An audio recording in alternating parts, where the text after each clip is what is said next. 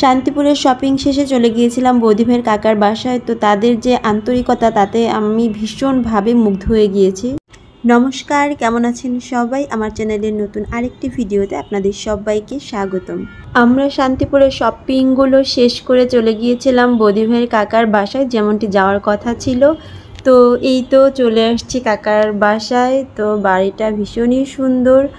Station থেকে মাত্র 20 টাকা ভাড়া লাগে এখানে আসতে, বৌদি ভাইয়ের কাকার বাসায় আর কি, শান্তিপুর স্টেশন থেকে।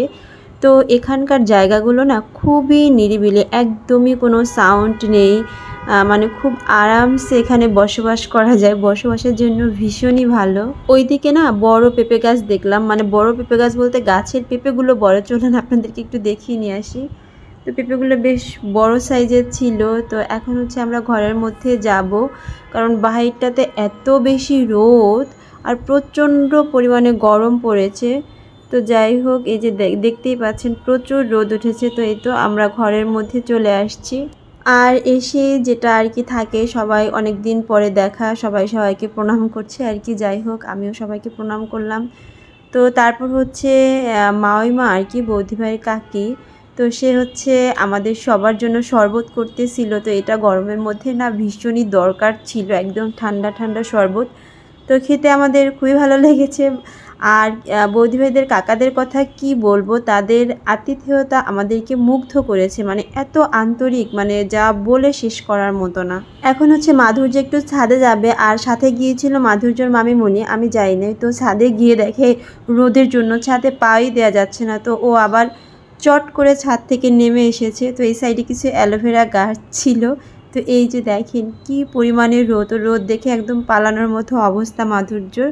আর সবাই রোদের মধ্যে প্রচুর ঘোরাঘুরি করেছে, তাই সবাই একটু রেস্ট নিচ্ছে। তারপর আমরা রেস্ট করে দুপুরের খাওয়া দাওয়া শেষ করেছিলাম।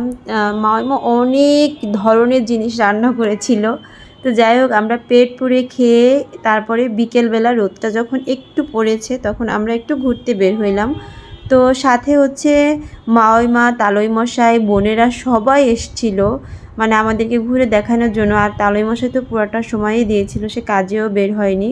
তো কি বলবো, এতটাই তারা আন্তরিক ছিল আমাদের প্রতি। তো এটা আমাদের ভীষণই ভালো লেগেছে। তো প্রথমে না আমরা নৃসিংহদেবের মন্দিরে গিয়েছিলাম। তো এই তো আমরা নৃসিংহদেবের মন্দিরের ভেতরে চলে আসছি। আর মামিমা হচ্ছে মামনিকে সব বুঝিয়ে দিচ্ছিল কোথায় কি আছে। আর ওই যে মাধুর্যর মামা আর মামি, আর এই সাইডে হচ্ছে এই যে আমার বাবা। আর এই যে মাধুর্য মানে খুব ছোটাছুটি করতেছে, অনেক দিন পরে সে খোলা আবহাওয়ায় আর কি ঘুরতে পেরে, মানে তাছাড়া মাধুর্য ঘুরতে না ভীষণই ভালোবাসে। তো যাই হোক, এই যে আমরা ভগবানের দর্শন করে তারপর চলে গিয়েছিলাম কোথায় যেন একটা অনুষ্ঠান হয় এই যে, তো সেটা দেখানোর জন্য। তো এটা কি হচ্ছে আমি জানি না, এটা আমি ফার্স্ট টাইম দেখলাম। তো এরা নাকি শিবের ভক্ত, 1 মাস হচ্ছে বাড়িতে থাকে না। তো যাই হোক, কিছু আচার নিয়ম আছে সেগুলো ওরা করছে।